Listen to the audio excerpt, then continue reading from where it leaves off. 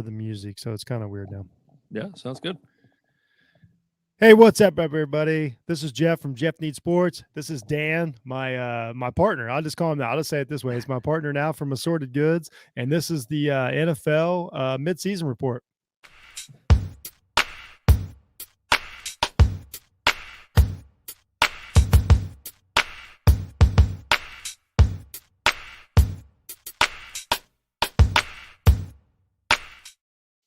All right, here we go. We're halfway through the NFL season. I got my guy Dan here. We did the quarter season report. It feels like yesterday, dude. Honestly, and then now we're back for the mid season already. I just can't believe the way time's flying. So, how have you been? First of all, I've been good. I appreciate these sort of. It's very business-like, the quarterly check-ins. Like the Q2 report. Now, I mean, yeah. It's like an update. It's like an update. It's like, okay, how things are going. Are things how are they under our watch? Which we didn't do too bad on the quarterly. I was going to say, am I now accountable for all my previous opinions? Here's what you'll find out in sports podcasting. You're accountable for everything you say every second of every day. Yep. It's just ridiculous. That's the fun of it, isn't it? I mean, just saying things, being wrong, and then having people yell at you. Yeah, and then you brought it up, and before we get into it, everything's set. We're going to do a show, and then last weekend happens, and I'm like, okay, well, the NFL's upside down now. we know nothing. Yeah, everything that we thought we knew was wrong. I'm just gonna stop texting you. Next time I'm on the show is on the Rams bye week. Okay, because right after a win, like just wait till right after a win. Yeah, like I'm gonna have to get you like 4:15 or something on a Sunday. Just be like, okay, I'm Wednesday night. Now's the time. Yeah. 2 weeks ago, they're without a doubt looked like the best team in the NFL, and I had them in my rankings at the best team in the NFL. And then I got to sit there and watch them. Like, are you freaking kidding me? That being said, they're still good. We'll get to your Rams report here in a minute.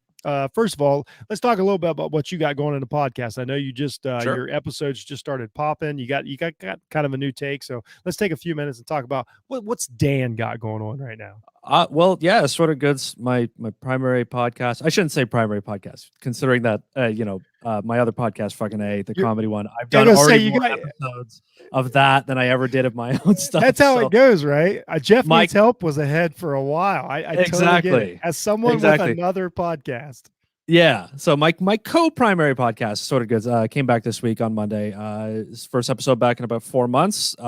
Shorter format, more trying to be to the point, less scripted and all that, and just sort of diving into these topics again. The first episode's all about work and the whole labor shortage that's going on, and a little bit about money too. So I just decided to pick something non-controversial and easy, Jeff, to start again.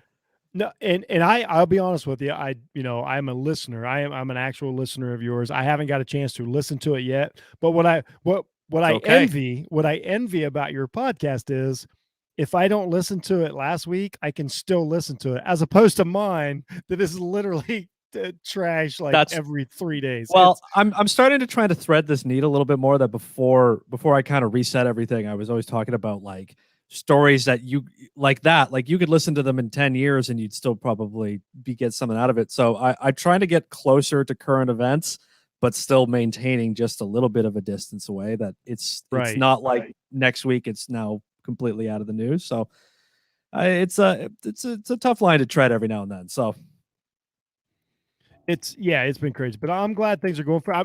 Most of all, selfishly, I'm just glad you're back. We've all been to that point to where we're like, man, I don't know. Is this it? This is, and then, so I'm so glad to have you back in the mix. You're putting content out there again. People deserve it. I appreciate it, man. They actually don't deserve the quality of your content. I know you're so humble about it, but then every time somebody's like, man, that's really, something like, yeah, Dan takes it to another level. I just say it every time says anybody says anything to me about this, I just say I'm still just trying to learn new things. Like the most enjoyment I get out of it is the process and like learning how to like make audio and stuff. I feel like one of the cool things. it is really fun, the technical side of it. I've been the same way. Like I can still remember it was 2 years ago, not quite 2 years ago, the day that I put a feeler out there and I said, hey, does anybody, which is so crazy, anybody knows me now, I put it out there. I'm like, hey, does anybody want to help me out with maybe doing some video content tonight? I want to experiment with it. And obviously, anybody knows me. It's been like, especially my wife would tell you, it's been nonstop since then. But we're glad to have you back. We're glad that the fucking A's. I'm glad to be here. Glad that the sorted goods is going good. So now let's just I won't even say get it out of the way, because this is a tough week to talk about it. But overall, you have to be.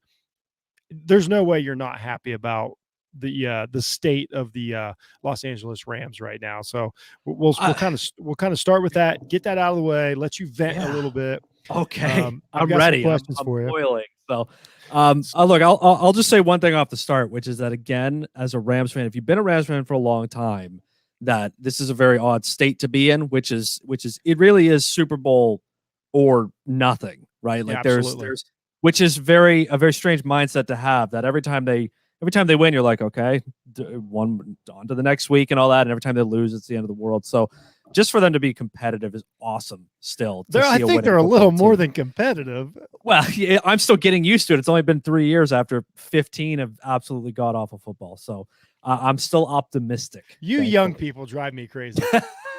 And here's what's funny. You have the advantage, and I'm going to guess that you have the advantage of being from Canada, that you have no idea what it's like to be a college football fan. And this is every season of your life.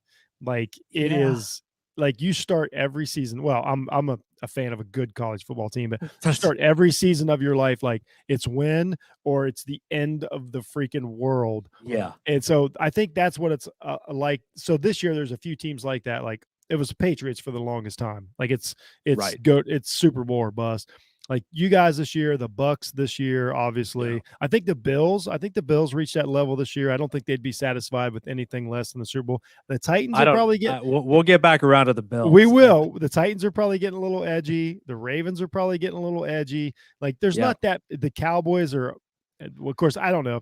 Here's the thing about Dallas Cowboys. Let's just be honest. They think they went to the Super Bowl last year. I'll be honest. I know people that are younger than they were born after the last time Cowboys won a championship, and they still think that they won a championship last year. So they're a little. The Cowboys are like they're like New York Knicks fans, or more applicably to me, they're like Toronto Maple Leafs fans in hockey, or Yankees fans. They think that having a good team is a championship, and then that it's like once they have a really good team, they're like, it's over. We've already won. Like it's done. Our players are the best players. Nobody can beat us. It's like, okay, but you still have to win the games and win the championship. You just set Off the Ball Network on fire. I cannot wait. I'm gonna right now. What are we at? I'm from Toronto. I know crappy sports fandoms in big cities as well as most people do. We're at 7:54. I wrote it down. I circled it. I cannot wait to put that clip up on Headliner. But anyway, let's get back to our Rams. I'm going to call them our Rams because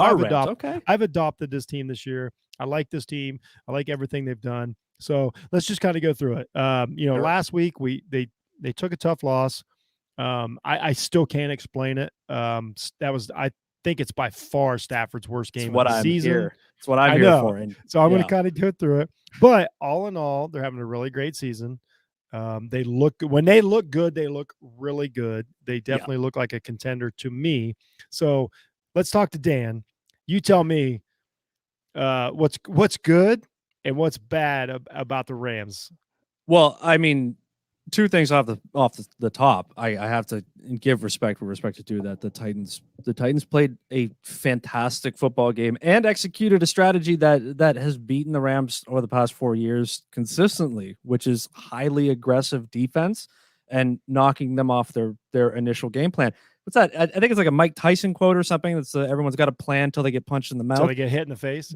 The Rams under Sean McVay have always had that weakness, which has always been the second somebody knocks them off their game, it is completely out the window until halftime. Typically, I mean, the 2018 game against the Bears, where they got the crap kicked out of them on Monday Night Football, completely threw them off. The first half of the NFC Championship game that year, and pretty consistently throughout. I mean, the Arizona game earlier as well this year. First halves can be a disaster if the other team comes out firing aggressively, especially heavy blitzes.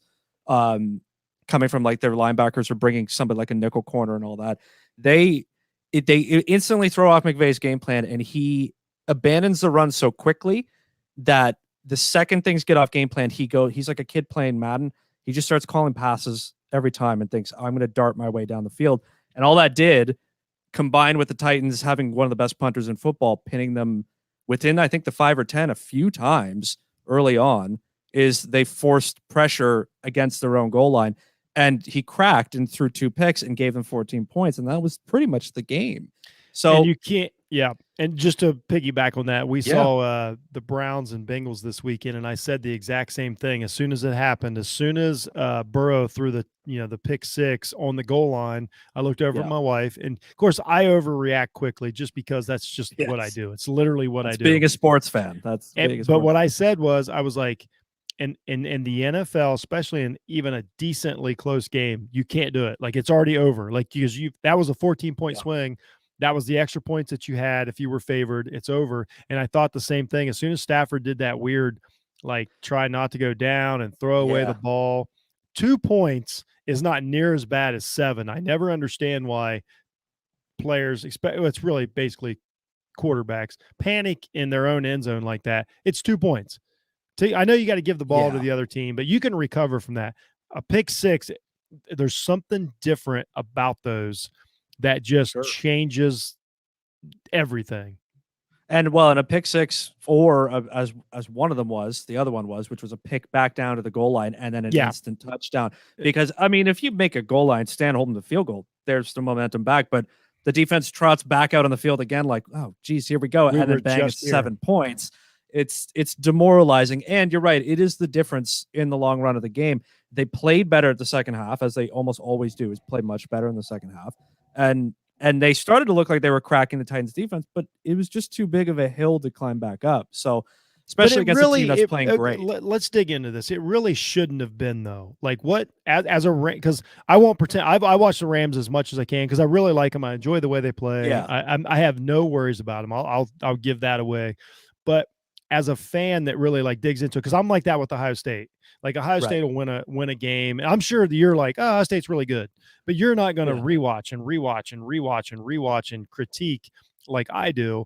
And then by the time I get to Tuesday, I'm like, oh, this is terrible. This is terrible. This guy's doing this wrong. What is the flaw? I want you to tell me what the flaw. We'll start with the flaw and then we'll work our way back. So we're in a good mood going forward. What is the flaw? Rams? Anybody watched that game on Sunday Night Football, they're going to tell you right now, they already knew what the flaw. They can tell you the flaw because everybody saw it, which was their interior of the Rams offensive line. Their center, Brian Allen. I kind of wanted to get there.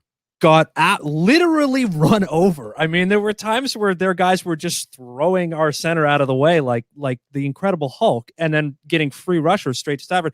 He was, I mean, that weird spinny interception out of the end zone that he did to avoid the safety was, to me, pure panic. He had been four drives in a row. He was getting pressure up the middle and had no time, and he just got desperate, which happens to guys sometimes. So their biggest weakness is still the interior offensive line. They didn't address it last year. They decided to seemingly go in a direction of, we trust the development of the guys in house. They've been decent, but when you go against a really, really high end interior offensive line like the Titans have, their D-line was very good, very, very good. So I worry about that. Yeah, and once we get to the teams and stuff, part of this, like, I saw that too. I saw that side of it, and I couldn't wait to ask you about the offensive line, because sometimes I won't pretend I mean, I'm not an expert at every position, but like, I can see a lot of stuff. Offensive line, like, I can see them as a unit, but I really struggle to pick out like if something's really bad, because a lot of times, we say it was bad or whatever, but then you look at it and you're like, well, the quarterback didn't see this. He didn't call this protection out. And so that's what I was curious as a Rams fan. Like, is there a chink in the armor at the offensive line? Well, there is. That's the thing. And specifically the center right guard, sort of a gap there. Which is a bad place. Austin Corbett and Brian Allen, the guard in the center there, were clearly pinpointed by the Titans as their weakest point. The one thing that really confused me is I come on your show all the time, and I always like to take shots at Sean McVay. It's probably envy pouring out into a podcast, but the thing that he he does a lot. He goes away from things that work, specifically the run game most of the time. But the other thing he had been doing and had the offense doing for a while there was having his running backs in pass pro come directly up to the line of scrimmage and stand right in the A gap between the center and the guard, not step up into it upon the snap. Like pre-snap would run up and at the snap stand right there to plug it immediately. And I couldn't understand why they didn't do that when the Titans started bringing pressure up the middle. I thought, you've been doing it all year and it's been working really well, and Henderson's been a really good blocker, and now's the time to do it, and you just abandoned that. So then I like digging into this football talk. So we'll see how this show goes, but I like this part. So then another question I would have in the exact same situation, and McVay was so good at this, especially the Super Bowl year. Why are we not going more 11 and 12 personnel? Let a H back, slide over there. Do they?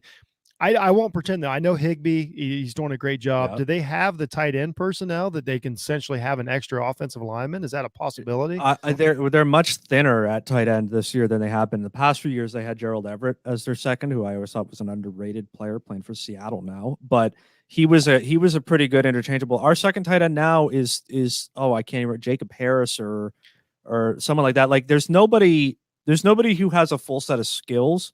Yeah. In the second tight end spot, we either have guys who are blockers or undeveloped receivers. So there's not really a guy who can do both, and therefore I don't think they've really been using that second tight end very much. They really like Van Jefferson as the third receiver as well. So that two tight end set hasn't been so much this year than it has in years past, which I think is costing them for sure. The other night it felt like, and I, which is funny, the correlation to Ohio State is crazy, because that's the same thing that a lot of us are saying. Like maybe it's time to bring, that extra guy in and fight this out for a few weeks and figure out the protection and stuff, rather than to just leave Stafford out there it was almost sometimes I'll ask you this as a fan, sometimes what I see, and I used to not like to accuse people of this, but I know when you're on my show, we'll accuse people of anything. Right. And by the way, how right could we have been about Aaron Rodgers? That's neither here nor there. But sometimes I think that McVay is one of these coaches that he's like, I'll show them, like the Titans will come in here and I'll outsmart them and I'll put 50 up on them in the passing game. And I don't think it's pride or anything, but he just gets a little stubborn with his play calling. No, I think you're on the right path. Like in my experience in life, from even when I played and coached football a little bit too, but offensive coaches, unlike defensive coaches, are more prideful in the effort and the intensity, right? Offensive coaches are all about execution and game plan, and all these offensive geniuses, guys. These dudes are always about sticking to the plan and exactly that. There's a lot of arrogance and hubris in being an offensive play caller, and getting humbled is, I think, any offensive coach's greatest challenge is exactly that. Somebody doesn't care what your game plan is, doesn't care what your reads, doesn't care. They're coming to kick your ass. So you better think on the fly. And McVay takes way too long to adjust to that. I knew, because I texted you during the game, if I remember. Yeah. I said the second half's going to be better, but he's going to be slow to adjust. And that was the case. He's got to humble himself. I thought he maybe would have learned that in the Super Bowl, or again, that Bears game in 2018, or any other time that this has happened, because it keeps happening. He doesn't seem to be able to snap out of it. Though. The Packers last year in the playoffs, like at some point, like just, for lack of an easier term, just grind it out, like figure out a way to grind it out. And I do understand that, the salary cap structure and the roster and all that, like to get Stafford, you have to give up certain things. That's just sure. And I have no problem with that. Here's what we can say at this point. Here we go. We'll start into the NFL midseason part. Okay. Stafford was the right decision. Like clearly it has not failed. He was the biggest trade. I almost called him a free agent. Biggest trade in the NFL in years, and it has worked out. There's no way as any of you Rams fans can second guess it. No, but what was concerning about that Titans game, and why I'm making this point about him being slow to adapt to these sort of pressure schemes that come at him, is that watching that first half, I thought, if Jared Goff had started this game, it would have been the exact same football game so far, which means that the common denominator in the first half of that game wasn't the quarterback, it was the coach. So Yeah. to me, it's still him having an issue with adapting to those pressure schemes, regardless of who his quarterback is. But that being said, yeah, Stafford. Please. And I think a lot of it too is that McVay and Stafford, they both suffer from the same thing is they haven't. McVay's really young, hasn't had a Hall of Fame quarterback yet. He does now. Stafford hasn't had a proper Hall of Fame coach yet. He does now. So what the difference we see is that's a hot take, Jeff. Well, Hall of Fame coach, maybe? No, I said he hasn't had one. Oh no, I think he's. I thought you were calling Sean McVay a Hall of Famer. No. No, I think he's on his way. I think he's a great coach. I really do. But the problem is they're still learning together, even though Stafford's a 13-year vet. That those little things that you see, because when I talk Stafford, I'm putting him up in the echelon. I'm talking the Bradys, the Rivers, all these guys. Yeah. So the play that he doesn't make, when we go back to it, when he's in the end zone, he's gets spun around. Brady or Manning, those guys, they fall down, they throw the ball, they don't make the mistake that kills their teams. I don't think Stafford's dumb. I don't think any of that. I think it's just a lack of playing in big games and important games, as to where if he does that in Detroit, he's probably done that 5 or 6 times. We have no idea because it's only a highlight. They might have won the game. He was probably having flashbacks to his Detroit he's like, I remember when I used to get the shit beat out of me every day. So he probably felt a little too familiar for him. So we'll see. And hey, we're talking down a 7-2 football team, and a guy like Stafford is still a top MVP candidate. Like, we're going to get into that. That's playoff football, though. That game was a playoff football game, prime time against one of the best teams in football. That's what playoff football looks like. I'm almost glad they got their ass kicked, because they better get it in now than in January. So before we move on to our midseason awards, whatever we're going to call them tonight, how do you feel about? Let's switch to the other side because I'm just going to give you the chance a little bit later. We're going to talk about Cup. I just wanted, just so you know that I'm not skipping over my man.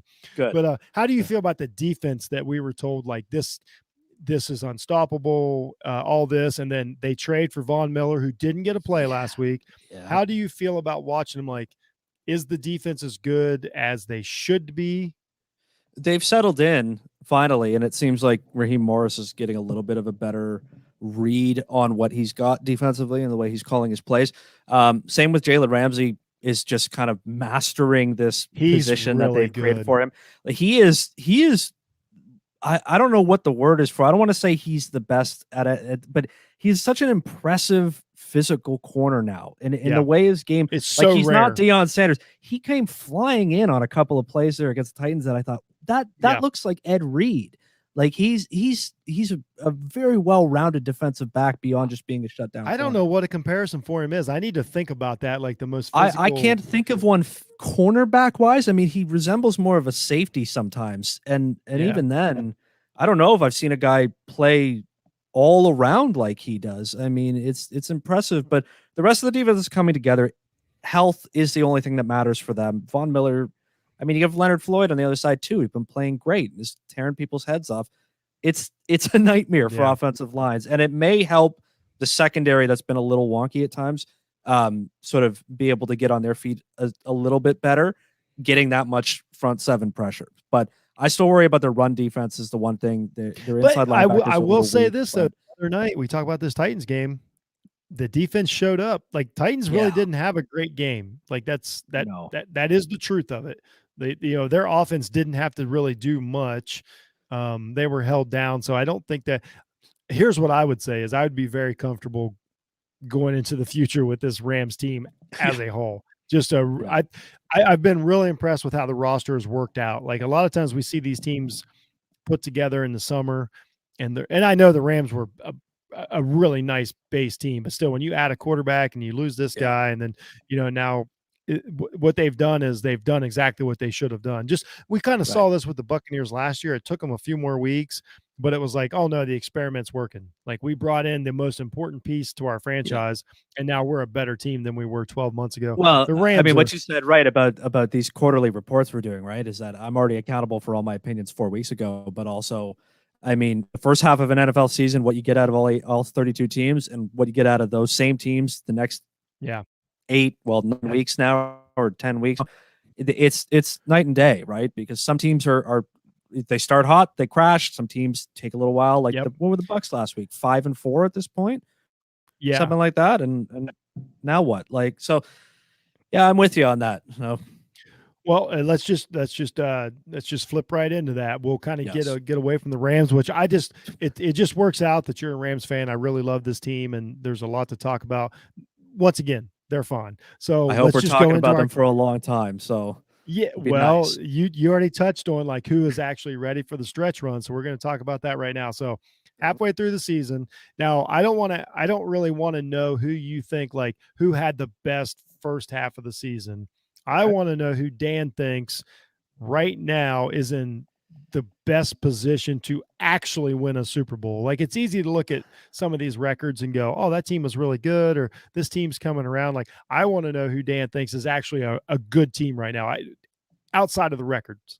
I think I'm preparing myself for accountability later, which is I think that the Ravens and the Titans right now, the Titans, their defense was impressively good yesterday or in that Sunday night game. Interior defense travels too, like that. Yes, that holds up. That's a seriously good asset to have, and they've got a lot of guys playing really good on their defense. Harold Landry, David Long Jr., Kevin Byard, I think might be the best safety in football now, pretty much. They're playing, but the same with the Ravens, they've managed to get through a ton of injuries. And again, my money's on a team getting better and gelling with each other over the course of the season. And the Ravens have come through a really tough stretch, like 6-3 now or so. So them and the Titans, I think the AFC's weak. I think it'll probably be the two of them, maybe for the Super Bowl. I worry on the NFC side that it's going to be such a meat grinder of quality that whoever gets to the Super Bowl is going to lose so much on the way that it's going to be tough. But the Rams, obviously, I still think are contenders. The Ravens, Titans, probably the Bucks too. I just can't bet against Brady. I mean, no, and they're getting better. They're getting better each week, and they're in a. It helps that the Rams are, the Rams. So I've got the Rams for sure. I've got the Cardinals for sure, because I think at this point the Cardinals have proven that they can beat any team. I think we can debate the Cardinals. I'll debate. Okay, let's do this here in a second. Okay, so I'm telling you who I've got, and then you okay, because you got a team that I'll push back on. So we'll do good. this. We'll probably never be friends again. This will probably be the breakdown of the North American. There's probably some sort of treaty agreement. That's right. Going to be over. No, you're going to be hearing from the Prime Minister tomorrow, all right? So I also had the Titans, the Bucks, of course. Good. And what I like about the Bucks is they're a really good team. They have one of the easiest schedules in the NFL. If you look forward, that helps. Like I always tell everybody when I do my rankings and they give me shit about it, I'm like, look at who they play though. Like the schedule determines the NFL playoffs more than any other factor. And the Bucks have a really good one. Plus, so you're a forward-thinking power ranker, right? Yes, most people look at power rankings as the resume behind. Oh, believe me, I have to fight about it every time I bring out my power rankings. I'm like, this isn't about. You need a new name for it. You need to be like Facebook. You need to rebrand your power. I do need. You know what? Next year, I like that. I really do, because I'm like, I don't care. I don't care what your record is if you have a hollow record halfway through the season. Like, my power rankings are who's in the best shape to win a Super Bowl. I took a lot of shit for Los Angeles Chargers today. And they're like, I've got the Raiders and I've got the Chiefs above the Chargers. And I'm like, well, I don't know what to tell you. The Chargers have looked average or less for a month. Whole division. That whole division has looked they're like, oh, the Chargers are in first. I'm like, well, that's because they had a bye last week. They all have 5 wins. Yeah. One of them's got Patrick Mahomes. The Raiders at times look really, really, really good. I'll be totally honest with you. I'm a bit swayed by Derek Carr's like demeanor, the control of the team. And if I got to split hairs right now, I think Chargers is the odd team out. I think Herbert's coming down to earth a little bit in his sophomore season.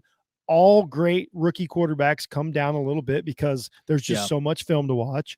So I take a lot of shit about that, but I'm like, I'm sorry, but that's where I have the Chargers. But keep in mind, I still have them at I think my rankings are 14th or 15th. I don't have them like in the bottom.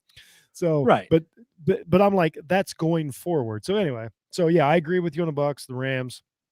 I've still got the Bills in mind because, and I might be crazy, I still think they're a team that when they play right, they can they can win any game they play. And I think that's important. And last week was a knock because that really set me back. I'm like, what do I do with a 9-6 loss to the Jacksonville Jaguars Yeah.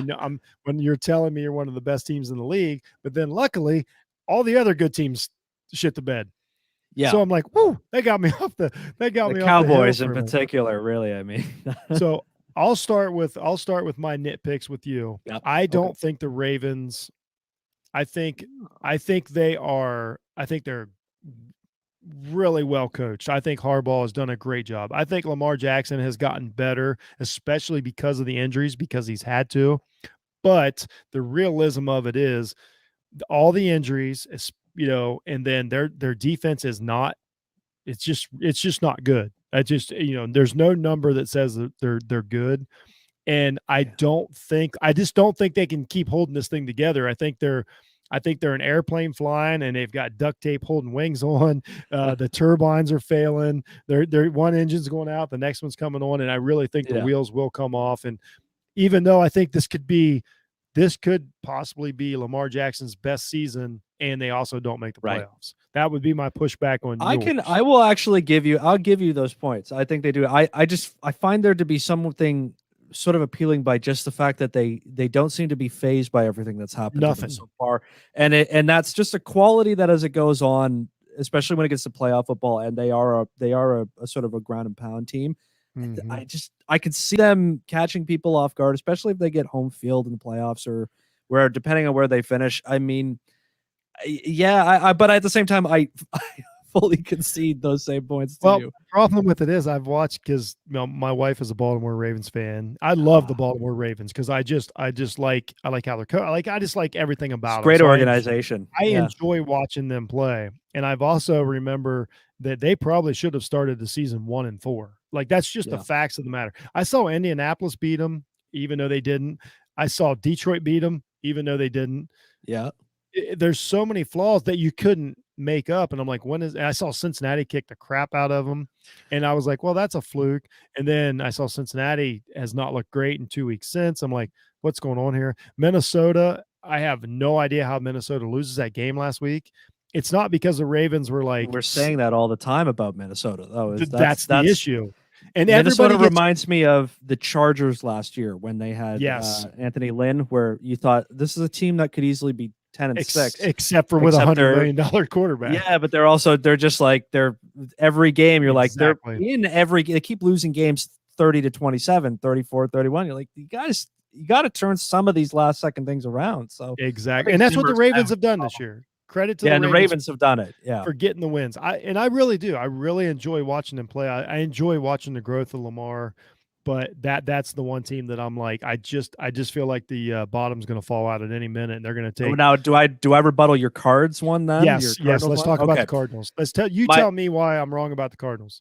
I only think you're wrong for one reason, and the fact is that I still now, and the last week has sort of shown that to me. I still think that Kyler Murray can't make it. The health of Kyler Murray. That's it, right? He's an incredibly I don't mean that's it. I mean, kid. When I say that's it, I don't mean that's talented. Yeah, but damn, he just over the course of 16, 17 games, he wears down, and when he wears down, he actually looks tired as seasons go on. He does. So it's and every time I talk to you talk about the otherwise. Cardinals. Why do I keep having faith in the Cardinals? Well, JJ Watt's out for the year now too. They got a lot of weapons on their offense, and James Conner figuring it out is a big sort of plus for them going forward. But I mean, I wonder if they're going to be able to get through the battle of sort of wear and tear throughout the year. Yeah, I don't think they're better than the Rams. I think the Rams will wind up ahead of the Cardinals. I think they're good enough that they're definitely going to get to the playoffs. And then I think it's a situation. I think this really helps. This year in the NFC is totally different than the AFC. Right. Is that if somebody says, "Oh yeah, but you got to go through SoFi," okay. And nobody cares. You see what I'm saying? Like I love that place. I love to watch games there, but you're not, Green Bay is the X factor here. It always is. But then everybody's told us how many years we're at 10 years now to where everybody's like, well, you can't go through Green Bay, and Rodgers still doesn't get it done. So I know Packers are a good team.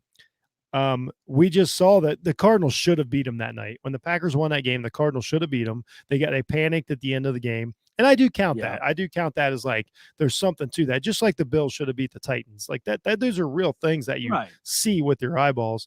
So if it's that razor thin, yeah, I guess if the Cardinals have to go to Green Bay and it's one of these 10-degree games, so be it. But if it doesn't work out that way, then you're talking like I think the Cardinals on a neutral field have a shot. I think the Rams are better than the Cardinals in December, but I think the Cardinals have done everything they can do, especially like going to Cleveland and destroying them, going to San Francisco. They put these games out of reach, and they're really doing it a lot of toughness. That's what I've been surprised about. It's not.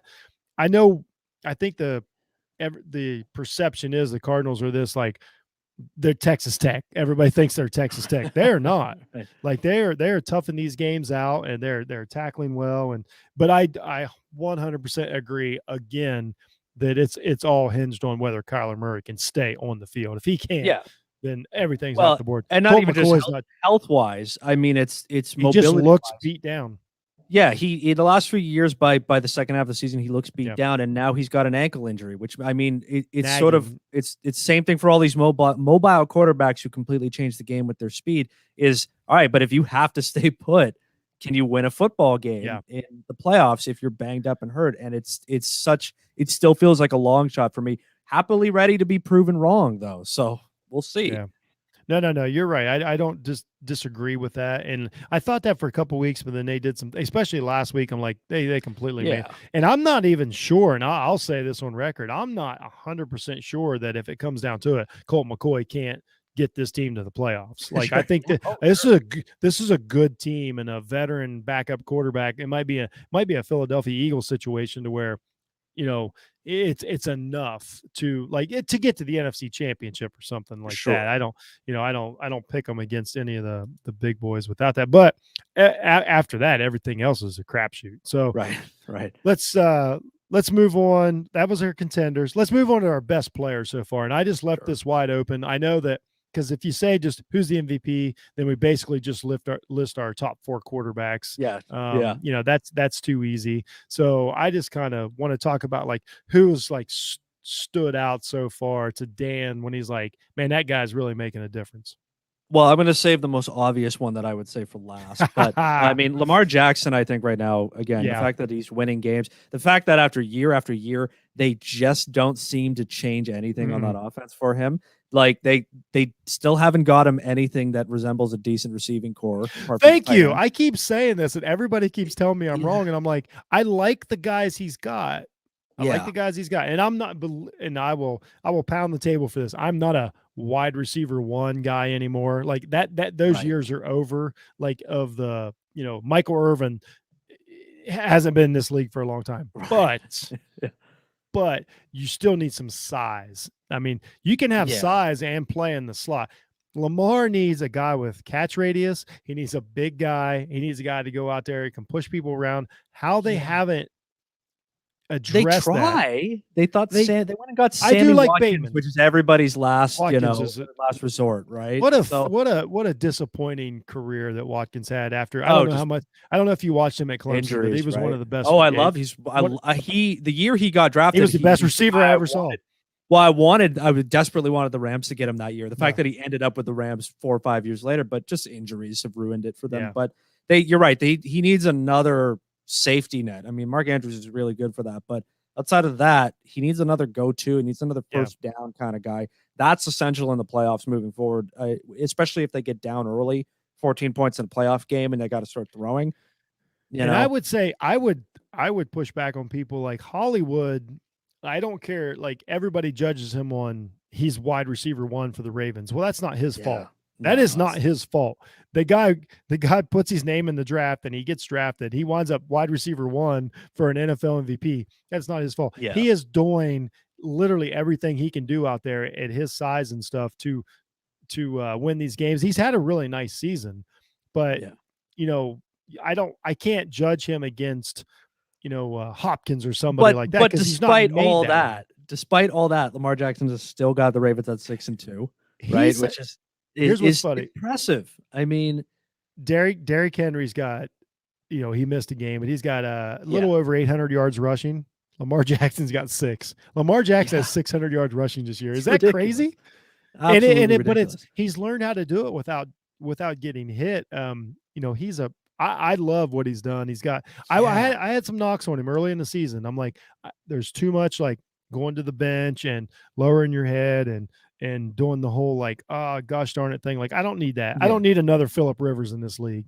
I need you to be better, Lamar. But he's won, I forget what the stat is this year. It's 3 10-point deficits that he's overcome in the second half or whatever. So Lamar was on my list too. Now I've got a few quick hitters for you in terms of players that I think. No, you got all kinds of, man. We got I got a few. So Kevin Byard, I already mentioned. I really think he's turning the Titans defense into I'm a safety guy too. I love safeties. Joe Mixon, I think, has played really good for the Bengals to balance their offense out. I mean, he's 3rd or 4th in the league in rushing. I don't think Joe Burrow is having the year he has, and Jamar Chase is having the year he has without having that good of a run game, sort of keeping people honest. Jonathan Taylor. Who's benefited more? Who's benefited more, Chase or Mixon? Because they benefited off each other. Oh, I think Mixon, I think Chase is benefiting more because of Mixon. I think the fact that they've been able to pull the defenses in has allowed all these defenses are getting completely, caught with their pants down by this rookie outrunning all of them all because they're still worried about the really good running back. So I think Chase has been getting a lot of benefit out of sort of a well-rounded offense there as well. Jonathan Taylor for the Colts. Becoming one of the best running backs in football. I said it the last time I was here, and I still say it again here. I still think the Colts might put something together as the season. I did too. I've got him in my top 16 now. Yeah, I think they're trending up, especially if Jonathan Taylor. Jonathan Taylor has, unless I'm misinformed, I believe he has one of the longest runs and one of the longest receptions from the line of scrimmage so far this year. Like something like that. Yeah. He's got 3 of the biggest plays in the NFL. Yeah. Real game breaker. He's killing and that's hard for me because wasn't a big fan of his in Wisconsin. I'll just put you, and I will say that fair enough. He had a big run against the Buckeyes, but we held him in check, but he's had a great season. He's in the different I'm a team. Miami Hurricanes fan. How do you think I felt about Jalen Ramsey for years? So being a Florida State guy, fair enough. He is. The other rookie I wanted to say, I think I probably said it last time too, but Micah Parsons for the Cowboys. Oh, he's unbelievable. Playing great. I mean, Mac Jones as well. Those 3 seem to be kind of the trio of rookies to kind of lead the league this year. Micah Parsons is an all-pro. He's an all-pro defender already. Yeah, I've never been more right about any rookie than I have been Micah Parsons. I know we talked about this at the quarter, but I stand by it. He's still working. He's the best. You're still right about that, Jeff. So yeah, I love it. Of course, versatile. The crescendo of my favorite players, best player so far is Cooper Kupp. Let's do this. Let's talk about Cooper Kupp. Crushing it. I love Cooper Kupp. This guy's doing everything. He's having a great. He's got the potential, which is crazy. I was listening to another podcast today, and they were talking about the numbers. He's on pace, especially with an extra game this season. He can break none other than Calvin Johnson's records. Yeah. And guess who was quarterback? So there's something to. But the guy's running great. The guy is just He's currently got 74 catches, 1,019 yards, 10 touchdowns in 9 games. I want to put this in perspective. 30 years ago, that was the best season any wide receiver could have in the NFL. Yeah. This guy's halfway through. He's already been targeted 103 times, which is unbelievable. From what I could tell, the only guy who's been targeted anywhere near that much was Tyreek Hill, who's 101. But his chemistry is near perfect with Stafford now. They had a couple of misfires for the first 4 games, but they're think on about the that. Same. This is their first now. Season together, and he's I mean, as of right now, Kupp is having the best season, one of the best seasons in NFL history. We're talking 07 Randy Moss level numbers. He's a health guy though for me. I mean, I'm very optimistic about him, but he's always had injury problems. So if he makes it the whole year, I don't think the Rams offense is going to have an issue as long as Kupp is healthy. And he's that dude.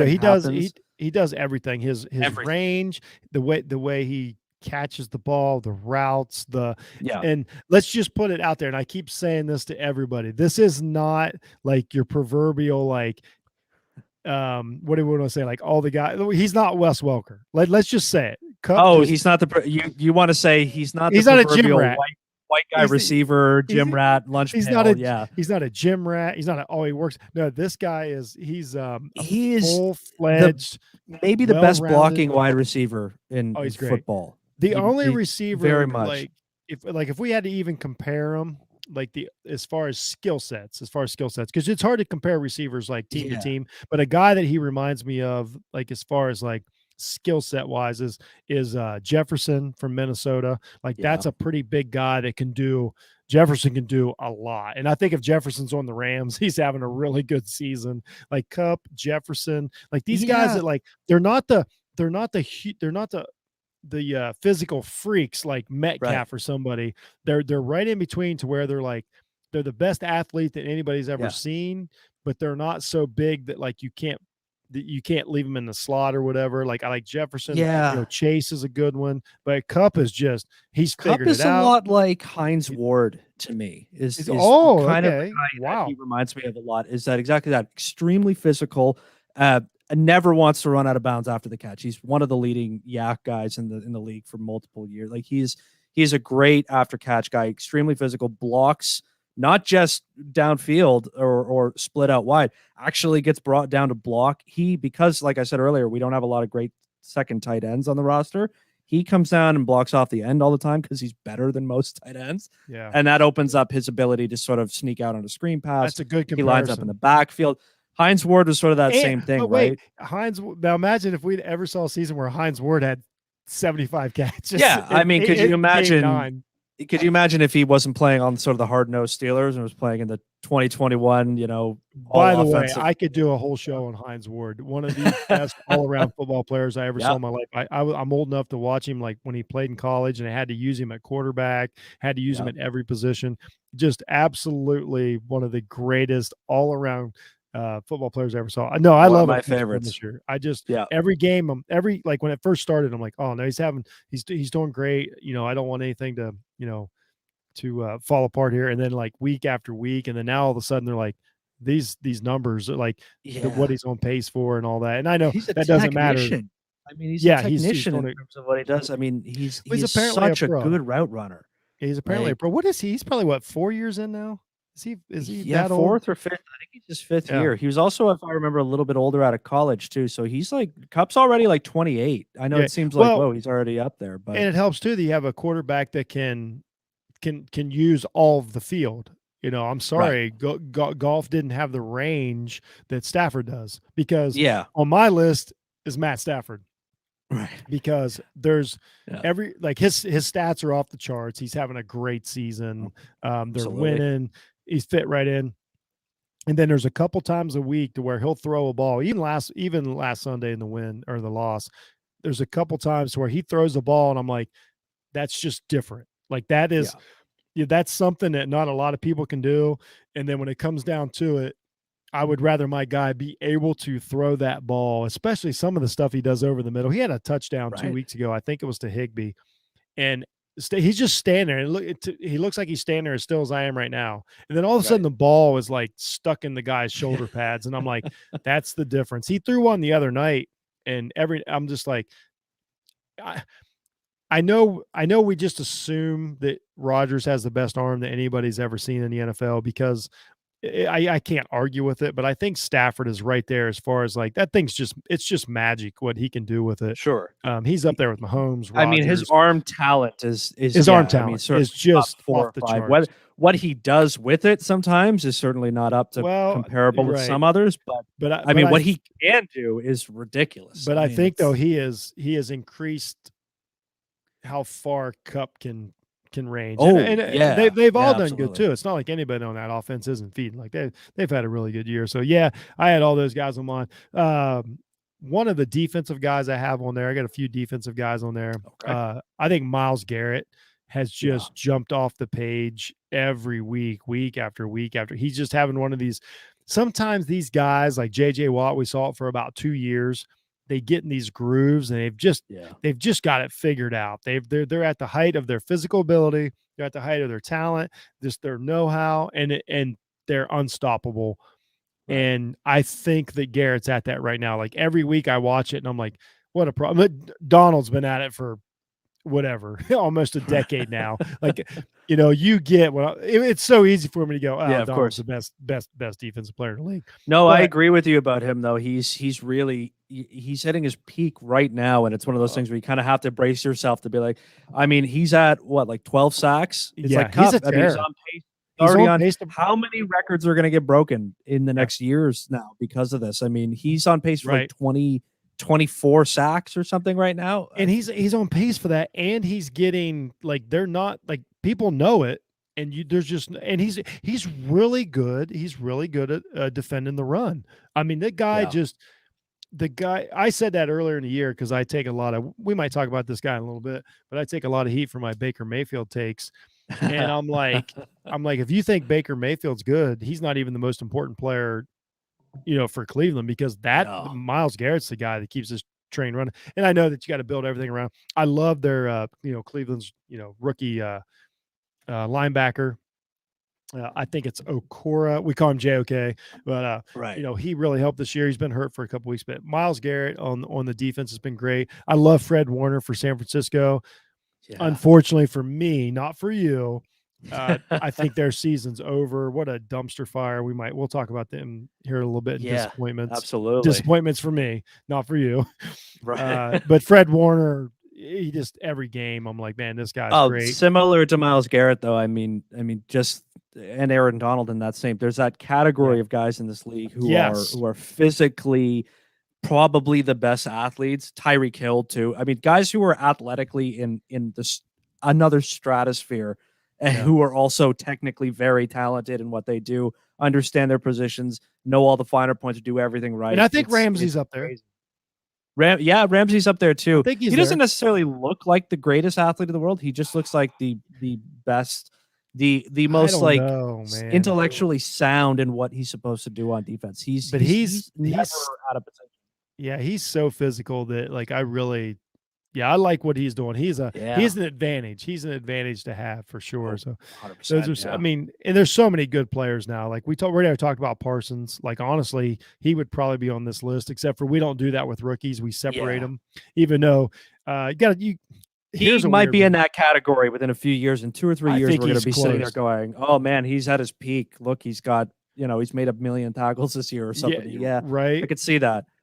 Another guy that has had a great season, but I don't know what to do with him is Trayvon Diggs. He's had the splash plays, but he's given up plays. He's had a breakout. I mean, he's literally had a breakout season. That's an easy thing to say, but he definitely has. But I don't know how good I think he is, even though he's playing really good. I don't know, like if you trade for him tomorrow, I don't know if your team's that much better. But just to acknowledge that he's just had a terrific season. I mean, 6 interceptions. He's statistically having a great year, but a lot defensive stats like sacks and interceptions are extremely misleading sometimes. I mean, interceptions especially, like some guys can go off like that in a year, but still be sort of a negative at times, right? So, I mean, the guys that we always say that the best corners in the league don't get picks because nobody dares throw near them.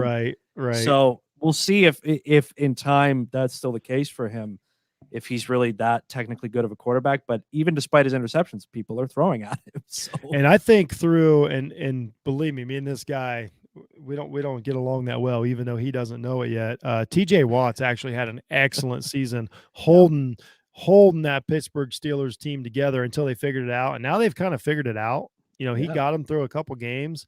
And now the Steelers are a real threat in the AFC because who else is going to do it? Right. And I said this all year. I kept saying with the Steelers, I'm like, I understand what you're seeing, but they're a smart team.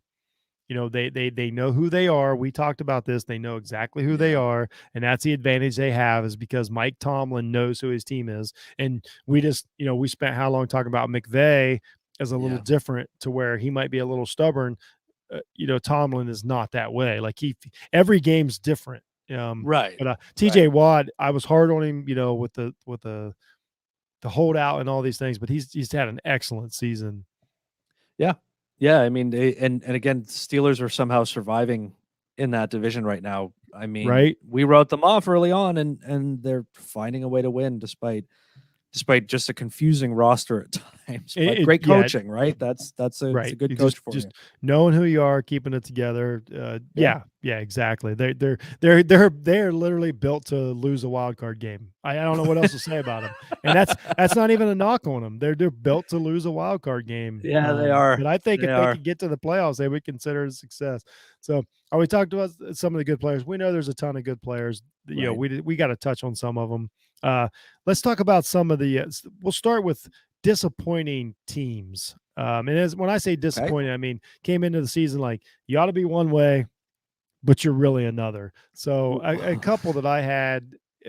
Well, I'll just start. I got the hat on right now. If you can't, I was gonna say the biggest disappointment for me is currently on your head. Oh my God, the Miami freaking Dolphins. They haven't even in their first game they won against the Patriots. They shouldn't have won that game. Patriots ought to be one game ahead. You want to talk about surprising teams? The New England Patriots have had an excellent season. Mac Jones is, I don't know if he's going to be rookie of the year, but he's right up there. Done a great job. Miami is terrible. They obviously missed on Tua. I'll just say it. And I always preface this by saying Tua can have a fine life going forward because I say that they missed on Tua, that's fine. He can go do something else. He's not going to be a starting NFL quarterback. He's not a Super Bowl quarterback. They apparently it's over. They're a mess across the board. Even when they win a game, they look bad like last week. So they've got 2 wins. I don't even care.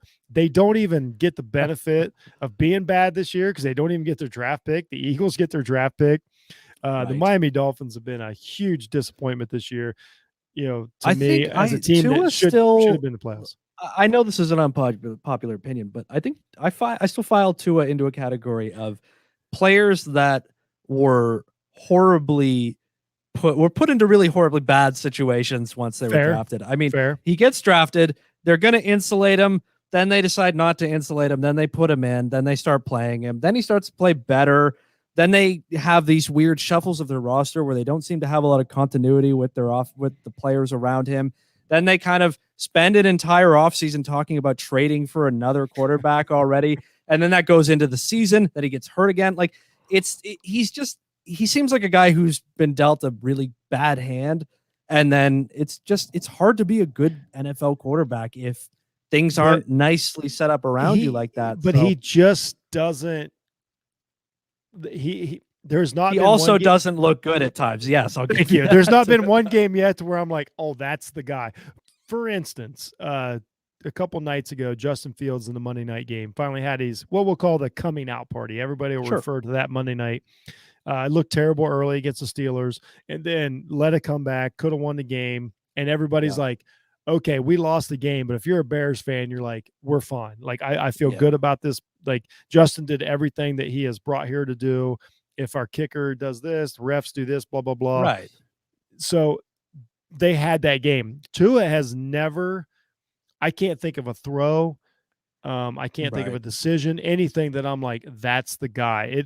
He does not look like an NFL quarterback, which the upside of that is if they get one, they might be good again. Like maybe the team is built to win today. So, there was something that I wanted to ask you, and maybe you can help me as a actual Dolphins fan. When Flores took over, right?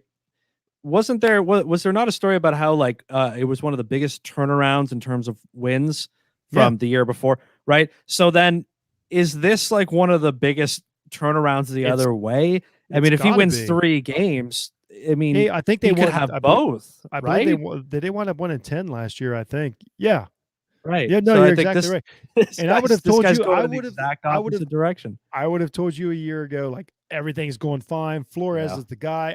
That was the one concern I didn't have about the Dolphins was the coach.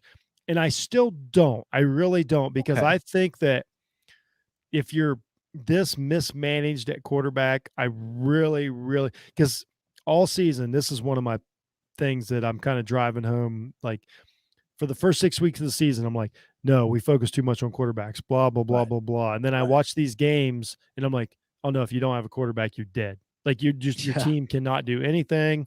Yeah. You're dead in the water. You can't fight through it. So I still think that Flores is a good coach.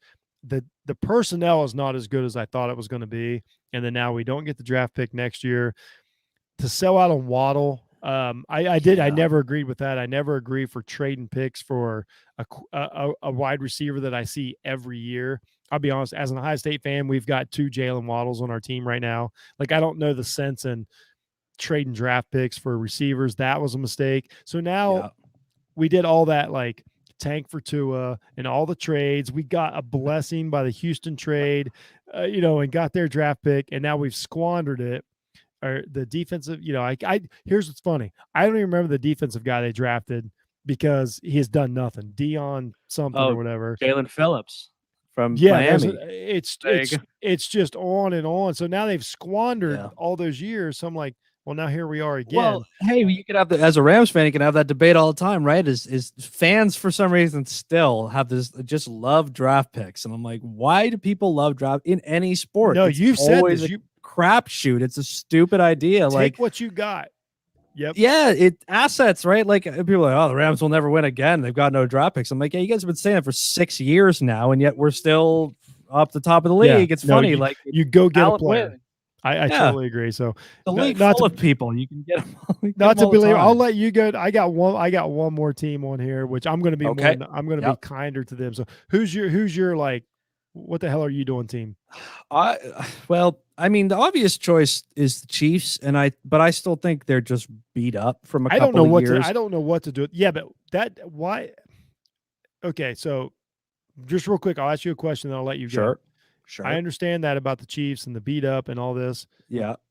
But why can't they, if they have the best quarterback supposedly that anybody's ever seen for the next 20 years, they've got the next Tom Brady, why can't they adjust and figure this out to get through these injuries?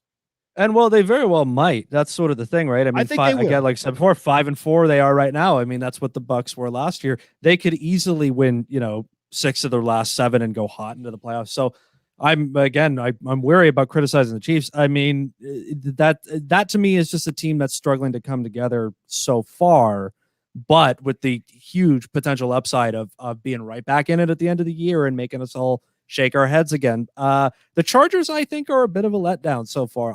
I find that even when they win, they're starting to look a little less impressive. And I don't know what their reasoning is, because their defense is very, very good with a couple of really top end talent players on it. And their offense is pretty good too, but it just doesn't seem to be adding up to coming together to look like a team. Like, I don't find the Chargers scary, but I feel like I should find them a little more frightening. They have a lot of things, and I could be wrong about that. The biggest disappointment this year, though, the bottom half of the NFC West. I mean, the Niners and the Hawks are 2 teams that continuously are always in it the last 5 years, especially the Seahawks, and they both look absolutely awful. I mean, not just like, they're winning, just terrible. They just look like a normal team. I would agree with both of those. I had them high. I was really high on the 49ers. I was wrong. I drank the Kool-Aid, and I was like, no, they just need this. They need Jeff, that. I don't ever believe any football team that decides to have a quarterback controversy. I don't think there's a winning football team anywhere where that's a thing. Like I thought that was my strange thing about why would you keep Jimmy Garoppolo at all? Or why would you try, like, the we'll keep them both thing is like the stupidest idea to me. I thought, this is not Alex Smith in Kansas City at the tail end of his career keeping the seat warm. Jimmy Garoppolo is a guy who still thinks he should be at the prime of his career leading a team to a Super Bowl with a kid breathing down his neck. I thought they should have been like Belichick. Should have just made a decision and gone with it. If you're going to go with the kid, trade the other guy. But I think that's really, really screwed their team this season, is not setting a direction and being clear with it. And it's showing now. And they have no direction on offense, which is supposed to be Shanahan's guru and all that. They're definitely like, I bought into it for the last time. I'm done with the 49ers until they till they decide who's going to be quarterback, till they figure out their idea. Debo Samuel, I still love him. He's doing his job. Defense looks all right, but there's only so much you can do in these situations. In the NFL, you just don't have that margin of error to play with. And now they don't look like they care. There's so many things wrong with that team. That's missing Robert Saleh. Like the Robert Saleh on defense with that energy and that. I mean, that really flipped their defense on head now. So But they're man, not when the you same don't team. score, the defense just is like, okay, like we can Yeah. only keep coming back out here so many times. Yeah, we don't want to. The defense gets tired trying to have to win games, 16 to 14. Too much like pressure too. And then you call the game different too. Like you call the game different because if you don't have any kind of lead at all, and then now that the basically the wing T offense isn't working anymore, it's kind of backfired. I think this is Shanahan's last year. They'll completely retool after this year. I think he's maybe going to try to use it's a classic technique for a coach that's failing, which is put the kid in late in the year, and you go, hey, look, come on, you're right. One more year. So it buys you. Sometimes it buys you 2 years because of that's a good point. Well, look what Flores is trying to do in Miami. Another team I got, and I'll be nice to this team because honestly, I think most of it is they didn't go get him a quarterback. The Washington football team, they quarterback. They had a great defense last year. They go to the playoffs. They fight tooth and nail with the Buccaneers. They really think they got something to build on. They bring in Fitzpatrick they don't draft a quarterback. They bring in Fitzpatrick. Yeah. The offense is just complete. He doesn't even play. I think he's hurt in the first quarter of the game. The offense is just completely null and void. The defense has taken a step back. And it's one of these teams to where it doesn't look like anybody's at fault. It just looks like they're all like in the wrong place at the wrong time. And they've become this team to where like you forget that they're on. You know what I'm saying? Right. Like, they're a nameless football team with no quarterback, and and a bunch of all of their best players are heavily underrated, right? Like, maybe one of the better 1-2 punches running back wise in football. Nobody knows. Like nobody knows. McKissick's a really good running back too, and he's killing it in the pass game. And it's just like I watch a lot of football, and I'm like, oh, I forgot Washington played. Like this week, I was ranking them. And I'm like, I don't even know if they played last week. Well, they didn't, but it feels like I have 31 teams in my power ranking. It feels like they got two things. They either got a bye or they're playing the Giants. Like it feels like that's the only two games that the football team has. I feel really bad. My man Couch Coach Live and Rob Cruz are huge fans. They do a podcast, and it just didn't come together. It's just a complete wasted season. I mean, need trade for Jimmy Garoppolo. I don't know. Like there you go. We all. I mean, everybody feels good for Ron Rivera, but just because we feel good for you doesn't mean you deserve a head coaching job. He's not a head football coach. He's got to get a quarterback. The last time he was good was when he had a guy who could play it. But outside of Cam Newton's like miraculous year, like he doesn't. That's true. But he doesn't raise the team up. Like I'm sure he's a great guy to have around. Like let's just have a have around guy. But man, you need a guy to go in there and get something done. I don't see any X's and O's coming out of the football team. It's he's in that category of sort of underwhelming as a head coach. Call it the Vic Fangio category or something. There you go. Just a guy doing the job kind of thing. What's funny is Kyle Shanahan's right there. Kyle Shanahan's no better than Ron Rivera. Starting to slip into that category. He is. I mean, he should have stole that Super Bowl when he had it. He had everything. And I think the Kansas City did. I think we look at this Kansas City team now and we're like, how did they win a Super Bowl 2 years ago? Like this team is. Yeah. And I just want everybody, like anybody that wants to get at me and apologize or admit whatever. After the Super Bowl loss last year by Kansas City, I said Kansas City got beat by a cover 4 defense, and everybody acted like it was the next coming of the 86 Giants defense. And I'm like, no. I was like, Kansas City crumbled, had no idea what to do against umbrella coverage, basically. I was right. That's all anybody's running right now. Yeah. It was prevent defense the whole game. So, and here's an interesting thing on that stat, right? And you're like, how is it that it's the same thing with the Rams, right? The Rams go to Super Bowl, defenses have figured them out. Now McVay takes a couple of years to retool, come back, do it again. Same thing for Kansas City. The most interesting thing to me is that their offense is Chiefs offense is Tyreek Hill and Travis Kelce, basically, right? One guy for the underneath, one guy to take the top off. Nobody who's capable of doing anything in between those two. Yeah. Tyreek Hill this year, right? I said he had 101 targets. I just looked here. He's averaging 11 yards a catch. Now, that's incredibly low for a guy who takes the top off. I know he gets a lot of screens, but that's exactly the point. Yeah. They're having to use their burner as their intermediate pass catcher because they don't have Sammy Watkins or somebody else who can actually do that job, or just anybody else. Well, let's piggyback on that. It wasn't this past game. It was 2 weeks ago in the game they won. Mahomes had a decent game. He was 15 for 15 behind the line of scrimmage. Yeah, like behind the line of scrimmage, he threw 15 passes behind the line of scrimmage on his stat charts, and that's exactly what you're talking about.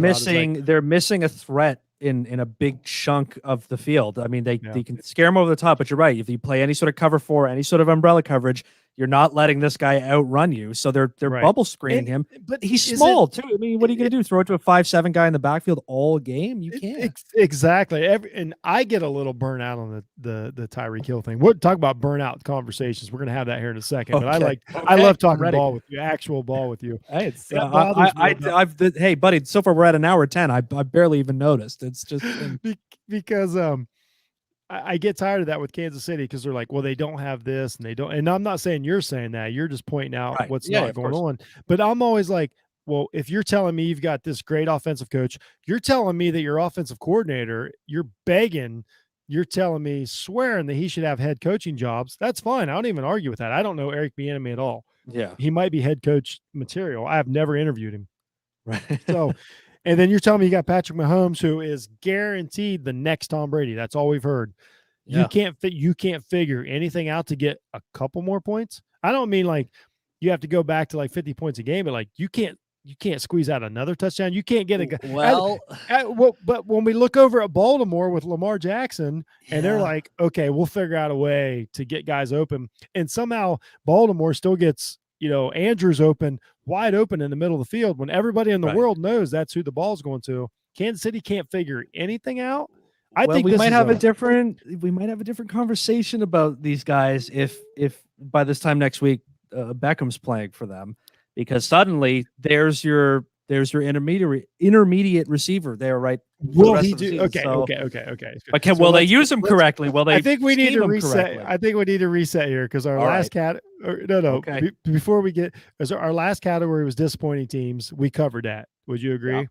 Yeah. So let's get on to, and this is what I told you, subjects that we're just done with, and then we're going to talk about them. Oh, I thought that's when you told me that's what the one category was. I thought, is this like I'm done with this shit kind of category? Because if it is, we're going to talk about it. Good, because I've got a couple queued up in my head. We got these are the categories. I might even put this out as a separate episode, however long it goes on. Okay. As these are subjects, topics I'm done with talking about the NFL because I do this, every all week long. But all right. We're going to talk about them. And so since you brought up OBJ, I'm going to start with, I am done talking about OBJ, a guy who hasn't had an impact on the NFL in 4 years. And at the same time, let's talk about what's going to happen with OBJ and will it matter? So take it away. I don't think it's going to matter anywhere near as much as people think it will, because you're right. I don't think he's the same type of receiver that he always was. Albeit, I mean, Cleveland Browns are completely idiotic in the way that they built their team. You go and get a bunch of really good receivers and then run the ball all the time. I just don't really understand you get a quarterback who spread quarterback, couple of great receivers. Let's just run I-form power runs every down. Not that they're not good at that. Just you know what I mean. So I mean, we're done with it in the sense that he's a reputation guy. He's like everything in the world. He is always going to have credibility and reputation. And we don't know why. Beyond it. Because of exactly what everybody has said, because of the famous catch. He was a catch. He's a viral celebrity, it doesn't matter. Made more money off it, and he did. I understand he started his season, his career. Like I know he's the fastest to this, the fastest to that. Sure, that's fine. He's got one playoff game, and I think he has like 3 catches in it, like meaningless, playoff game. Other than that, and then that's all we've talked about for like 8 weeks. Is OBJ and the Browns. And by the way, I forgot to mention earlier, I couldn't pick out a player. Cleveland Browns offensive line's been one of the best units I've seen all year. Yeah. We talked about Tennessee's interior defense. We talked about what the Rams do. The Cleveland Browns offensive line's awesome. That's Absolutely. A great point. But I will admit, when they built that team, they didn't have the head coach they do now. That's fair. Right. And a guy came in and recognized, like, okay, we've got this really good team here. what's that dude doing? Like, what am I supposed to do with I think that's probably what they thought, right? Yeah, like $15 million slot receiver. How much they're paying him, and he's right. He's not getting the ball enough, and he's not being utilized the way that he should be used on any team. The Browns have really dropped the ball on that one. So you're right. I think Cleveland looked at it and thought, look, if we're gonna have headaches between you and the quarterback, we're obviously gonna pick the quarterback. Right. And you obviously deserve a different situation than what we're giving you. So it's a mutual breakup, Jeff. It's just two people that they're just looked at each other and just went, this isn't working anymore. And they just parted ways. So, I mean, if he finds himself in a good scenario, though, I mean, he's got the talent. So where he signs will be very interesting. Green Bay is a real head scratcher. I hear the Patriots. I don't think there's any way he goes to the Patriots. Only because classic Bill Belichick move, though. It is. It really is. But Mac Jones is running a really dink and dunk offense. It's working. And I know it sounds negative, but it's not. There's nothing wrong with like completing passes and moving on. You dealt with it for years with golf. Like sometimes you just like take. I mean, I'm just being serious. Like I would rather win. I would rather have a dink and dunk quarterback that's winning than Tua, who I have no. Maybe Beckham helps.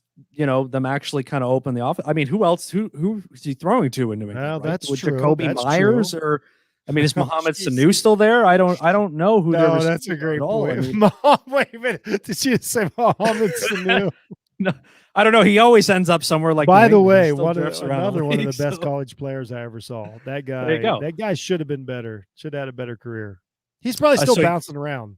I think he's like Cordell Patterson. San Francisco. He's like Cordell Patterson. Shout out to Cordell Patterson. He's having a great season in Atlanta. He's having a great season for no reason. The everything man, right? The weirdest looking player. He looks like a creative player on Madden that somebody made too big. They're like, let's just make him bigger. Just put him a running back. Just all right. Here we go. Whatever. Do whatever, man. That goes. No, that's a good point. I think I keep calling him OBG. I have no idea why. I did a show. I did see Sunday last week for Off the Ball Network, and I'm like, I keep calling. I think Odell winds up with Seattle. That's my prediction. I think that Russell is the guy that can. I won't say handle it. You think he's going to go to a team that's that out of it so far? Or I do, because of Russell Wilson. I think that when it comes down to it, if he had to go to the Patriots and play like that role. In the offense, but have a chance to win, or if he goes to Seattle and he's like, I can still catch 40 passes this year, more passes this year, and might have a shot. I think he's going to lean towards the stats, because to be fair, the guy doesn't have a contract next year, so he also can't just go be a role player and try and steal a Super Bowl. Well, people who are saying, "Oh, we should go to the Rams." I'm like, "Are you out of your mind?" Oh God, no. Why would he go to the Rams? And why would the Rams want him either? Yeah. They're like, "Oh, it's going to be so cool." I'm like, "Who? There's only one football." No. You got the league's leading receiver. Robert Woods is still a very high quality. Van Jefferson. I'm like, "Oh, let's just throw." By the way, Robert in there, right? Robert Woods is going to go down as one of the all-time Hall of very good unsung heroes sort of thing. Yeah. Yes, I love that guy. Great career he's putting together. I think he goes to Seattle because Russ doesn't care. Seattle fans don't care. There's no the pressure there isn't enormous. They can experiment with whatever. Metcalf isn't he's a good receiver, but he's not he's not oh, I can't give up anything. Metcalf doesn't care. I think it just blends well. The only him and Lockett might fist fight, but here's how I'll defend OBJ. He did literally everything that Cleveland asked him to do last year. Sacrificed everything they asked him to do, block, everything, and it didn't work out. They still just blamed everything on him and kicked him to the curb. I don't know what goes on in the locker room and stuff. Nobody's come out and said anything. But what I will say is they said that he couldn't do that, and he did it. Yeah, he played on that run first offense, and he did it. I think accounts on him are that he's actually a very good teammate. I mean, who knows really? I mean, really, the news cycles and all that stuff say one or the other depending on the day. So if he is or he isn't, I mean, honestly, if he's got only the year to go through, then I would probably gamble on whoever's got a real chance at winning the Super Bowl. I don't think Seattle does. I mean, I think Seattle's just in a year Seattle where they can't just win a got to Super Bowl. check out. Green Bay would be interesting. I think that would really change the Packers offense. I mean, finally having a second receiver on their roster, but we know that they don't have to worry about next year. Like Rodgers is clearly not going to play there next year. I'm now past the point of imagining that I know what goes on in Aaron Rodgers' head. So, well, no, that he's next on my list. So we're getting there. Okay, good. Okay. He might not be next. I think he's third on my list. We'll get there. We'll get to him. Okay, good. So you tell me, what are you done with talking about? And then we're going to talk about it.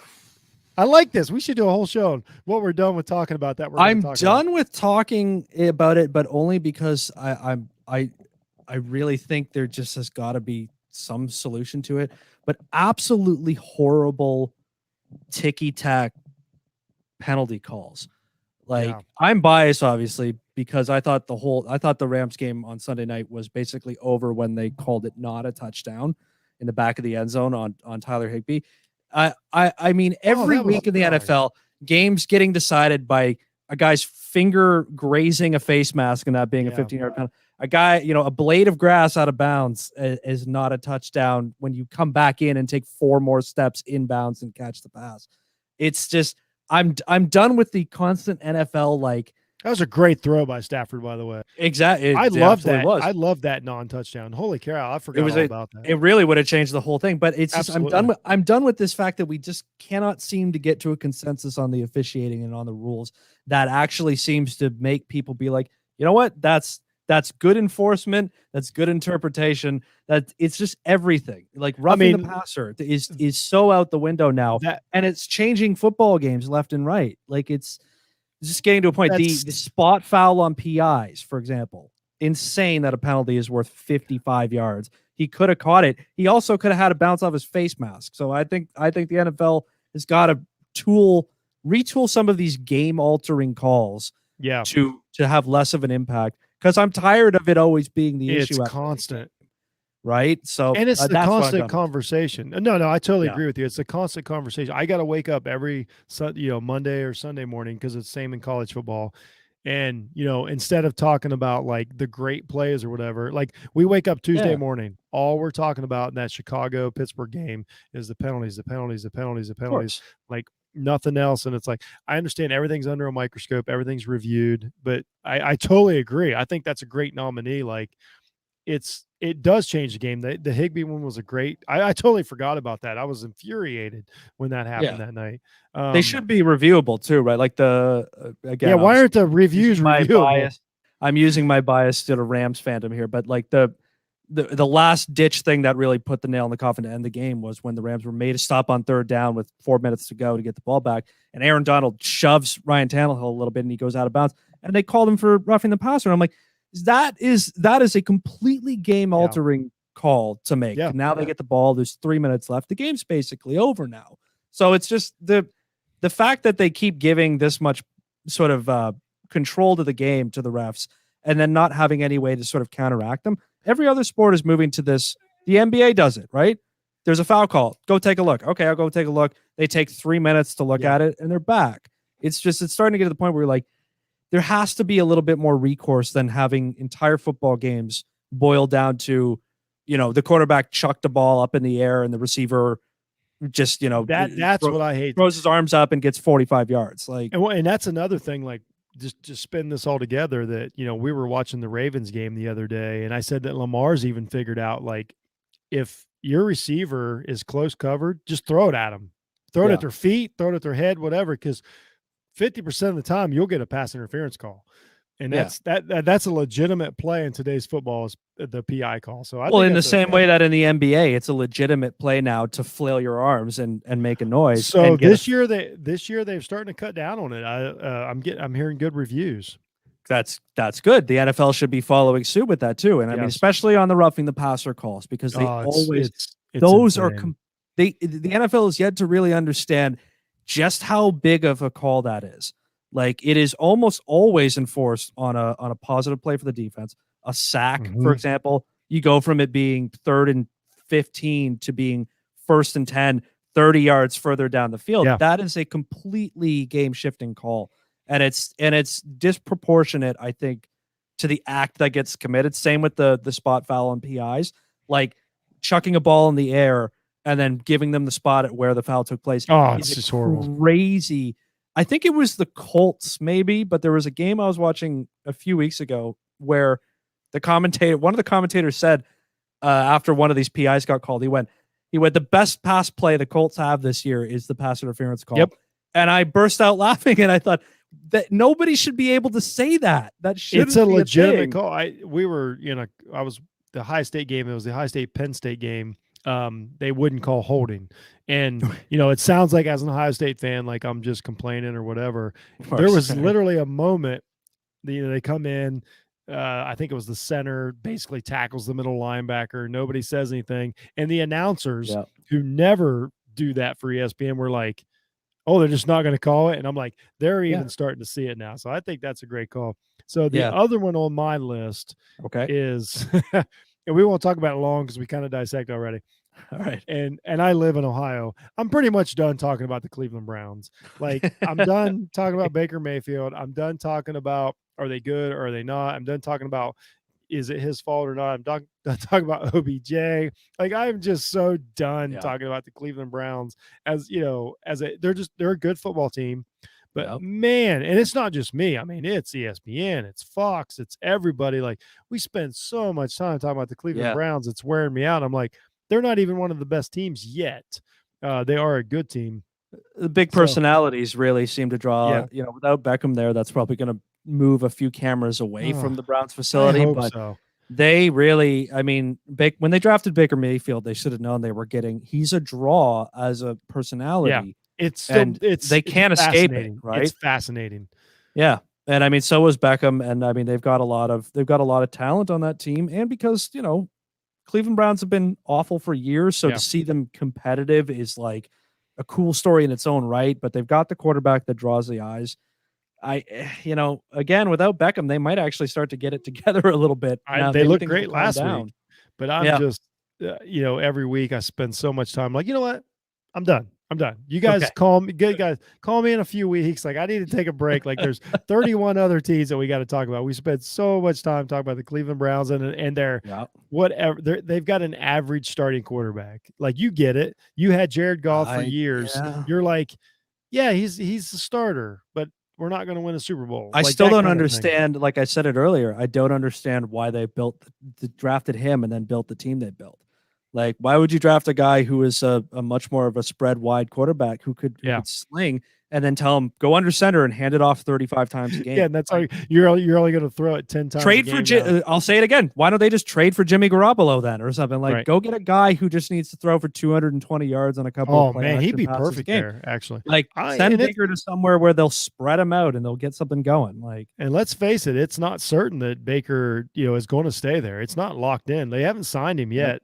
I still don't think it's locked predicament, right? They're still in that. They are in the Jared Goff dilemma. Give him a lot of money, go back to square one. I was so mad. I've called it the Baker Mayfield dilemma for months, and then one of the rich big name guys on TV or whatever called it that, and everybody's like, "Oh, it's a good point." I'm like, "Well, fuck you." Like, I've been saying that for 12 months. It's the originally it's the Jared Goff problem is what it is, right? You got to give him market value, but do you do it knowing now, especially thanks to the Rams trading for Stafford, now what it's going to take to get rid of the guy if this doesn't work out, right? Now you're going to have to annex your future and the quarterback to get the hell out of it. And that's what I've said all season about Tua. I'm like, I do not want the Dolphins to get in the Jared Goff dilemma. And once again, I like Jared Goff, but I also don't necessarily think he's going to win me a Super Bowl this year. I don't. It's just, and I just keep saying that. And like, spoiler alert, Lions fans. I don't think Jared Goff's going to win you the Super Bowl this year. I don't know if he's the next step, the next piece of the puzzle. And he's done a good job this year. I've actually been, you know what? I'm going to take a second and say I've been really proud of Jared Goff. He has played decent. He's had a chance to win several games, but he has not pouted. He has not looked. His energy's not bad. Like his He's made a few plays in Detroit games where I've looked at it and gone, okay, you never did that for the Rams. I've never seen you step up and dodge a pass rusher and then fire when I'm like, wait. That's why they got rid of you, is because you wouldn't do that. Because you wouldn't do that. But I think he's handled it fine. And that, having a, I don't know, whatever he got, $100 million or whatever, probably helps. It keeps the stress levels down, I'm sure. But here's what we think. It's just, I don't, we're not going to do this now, but if you're Washington, Miami, if you're all these teams, you're like, Jared Goff's better than our option that we have right now. Because you've said it. The guesswork isn't where it's at. Like, tell me what you have. Like, if I'm the Dolphins, I would give everything, for Stafford tomorrow. So one last subject. Let's do this. Okay. Let's talk about Aaron Rodgers. Because I'm kind of done talking about Aaron Rodgers. We did the quarter, and you called him out for throwing the game against New Orleans. I stand by that. I do too. I stand by it even more. Now that we know he's a crackpot. I wouldn't put it past him to throw a football game now. I'm totally done talking about Aaron Rodgers, so let's talk about Aaron Rodgers for a minute. Yep, of course. When this happened, you had to be like, I told you, this guy is a goofball. Like, he does it. Well, okay, here's what I want to ask you. I don't know how to wrap my head around it. Please ask me something. Ridiculous. Give me a direction to go in. So here's what I want to ask you is, why doesn't Aaron Rodgers get and here's the one thing we haven't seen. Why isn't he getting the dumb athlete treatment? Any other player goes on and says the stuff that he did, we're like, here's what I hear all week long at work. I won't say another dumb athlete, blah, blah, blah. Aaron Rodgers are like, I don't know, maybe he's got a point. I'm like, well, that's my done with it part of it is that they are still, I heard Mike Wilbon on PTI say this the other day. He was like, he's the smartest guy in the room. Everybody keeps saying that. He's the smartest guy in the room. He's so smart. He's so smart, blah, blah, blah, blah. Do they know how smart people are? This show is not the platform to say something like this, probably, but I'm going to do it anyway. Because this show is the platform to say something I just don't care to say it. But the reason why he is still depicted as a super intelligent, madly genius kind of guy is because he's a good-looking white man. That's just the long and short of it. He's got beautiful blue eyes and a flowing California hair. And he's charming right now. Chiseled jaw. He's got the face. He's got that classic American white guy face. People, anything comes out of that face. There is not a better, I shouldn't say a better, but this is a really great time to be Aaron Rodgers, and he knows Aaron Rodgers can do. You were wrong. This is exactly the Aaron Rodgers doing whatever the fuck they want, Jeff. That is most of history. Is guys like Aaron Rodgers just saying something and people being like, "Oh, no, I knew it," because he's still pretty smart. Here's what they say: that guy said the same thing I've been thinking, so I've declared him smart now. That is it. It's literally like. It's the printing press. Odd. Whoever got to write the words got to change the rules. It is so ridiculous. Like, oh, he's so smart. I'm like, first of all, he asks the questions on Jeopardy, and Celebrity Jeopardy. He went on it, right? And they're like, "Oh, I did great." I'm like, "Yeah, but everybody knows Celebrity Jeopardy is easier than real Jeopardy, right? Because otherwise they'd all be in the red every time." And they're like, "Wow, he won." I'm like, he beat out people who don't have to think for a living. Like, I don't know. That's great. Just being a dick now. He gets over. He's like, "Oh, I'm a critical thinker," and I'm like, "Excuse me, Aaron. I work in a hospital. I don't know if you know what a critical thinker is." Because also, like, anybody's a critical thinker, Jeff. Anybody is. Like, it's not a dude laying on his couch in a hoodie.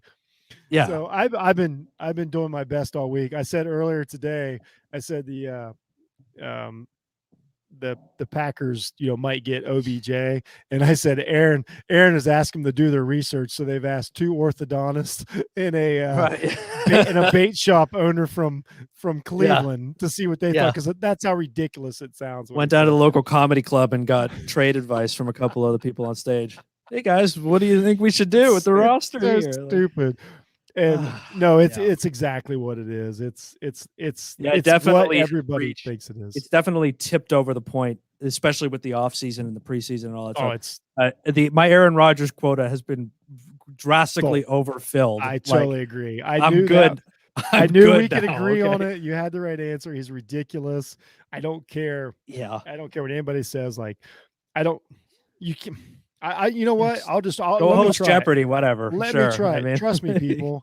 I'm the smartest person you know. Trust me. Let's see if that works. Let's see if I do that every episode of my own show.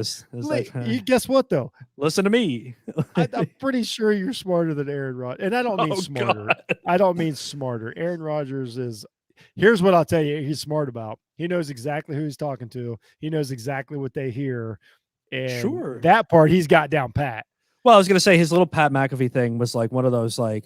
After everybody had a riot with it on Twitter and all that stuff, right? But I'm like, afterwards, I thought I wouldn't put it past him to be like, oh, I'm just trolling all these. Oh, he's people. But I'm like, it wouldn't be a good troll though. Is the problem? Like maybe you've taken your jokes a little too far because now it's like, no, I think you're an idiot. Like, yeah, not exactly, not the best. It just goes. I'm just saying when Ocho Cinco did that stuff, he was laughed out of the league for like, what an idiot. And Ocho Cinco is a really smart guy too. You know what I mean? But when he did crazy, stuff like this, it was, oh my God, blah, blah, blah, receivers, whatever. Quarterback does it. You're like, like he cost his team a win.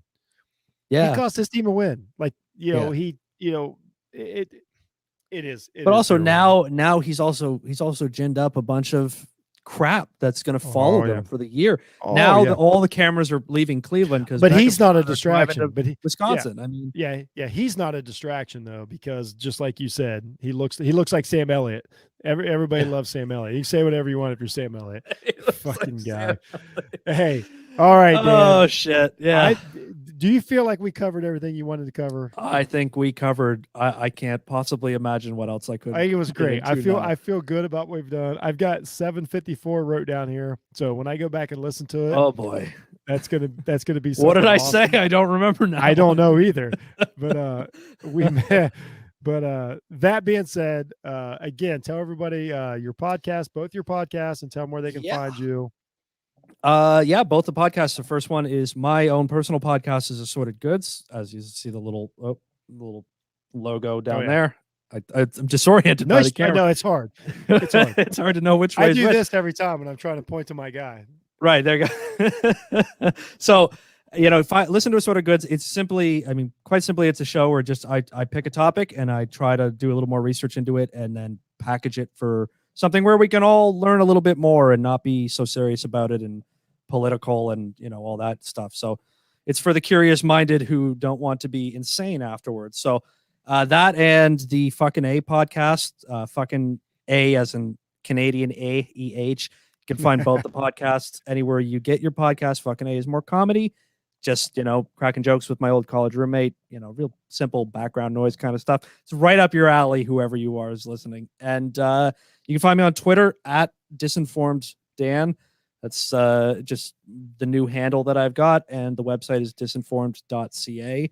You have to cross the internet border to come to the website. Check it out. It's just hopefully good stuff that you enjoy and that is valuable to you. So for sure. So again, thanks Dan Felton for being on. I love it. We got to make you an official part of the Off the Ball Network one of these days. I think the time's coming. I don't know how I could possibly be more busy with the stuff that I do. I will fit in however I can. Hey, okay. Here's the thing though. I'm going to see you in 4 weeks. I'm going to see you in 4 weeks, brother. Like we're not stopping this train now. Right. We're going to revisit this. So you all know me. I'm Jeff at jhunt006. Jeff Needs Sports. Everywhere you listen to your podcast, go check out offtheballnetwork.com. Thanks for listening, everybody. Thanks for watching. Thanks, Dan, for being on. Go check out Thanks for having me, Jeff. It's been awesome. Enjoy the next 4 or 5 weeks of the season.